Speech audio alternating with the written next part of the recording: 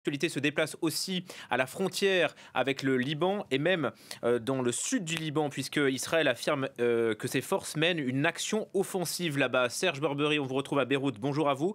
Est-ce que vous avez des précisions?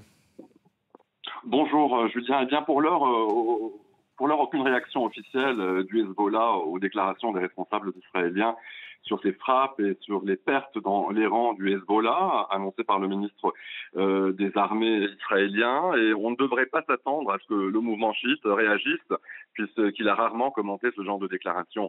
L'armée israélienne a effectivement annoncé donc avoir frappé au moins 40 cibles du Hezbollah dans le sud du Liban, plus précisément autour de Haïta el-Shab, une localité frontalière. Ça, il dit avoir également pris pour cible des sites de stockage d'armes. Vous savez, un peu plus tôt, eh bien, le Hezbollah avait annoncé une quatrième frappe en riposte au bombardement d'Israéliens de la veille sur Anin, qui a fait au moins un mort. Dans un communiqué, eh bien, le parti chiite a revendiqué une frappe sur des soldats israéliens dans la forêt de Nettoua, une forêt située près de la localité libanaise de Rmesh, dans le Kaza de Majoyoun.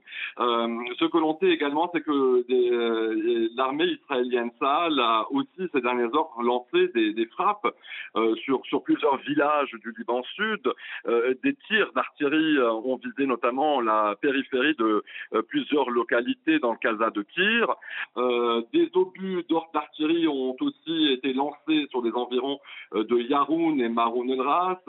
Vous savez, dans ce contexte très tendu, eh bien, les Libanais au Liban attendent le ministre français des Affaires étrangères, Stéphane Séjourné, donc qui est attendu ce week-end donc à Beyrouth pour des entretiens avec les principaux responsables libanais.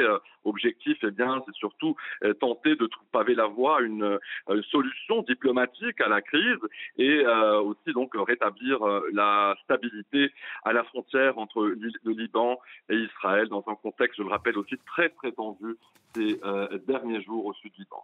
Voilà pour cette nouvelle action de l'armée israélienne, cette fois dans le sud du Liban. Merci infiniment Serge Barbery pour ces informations.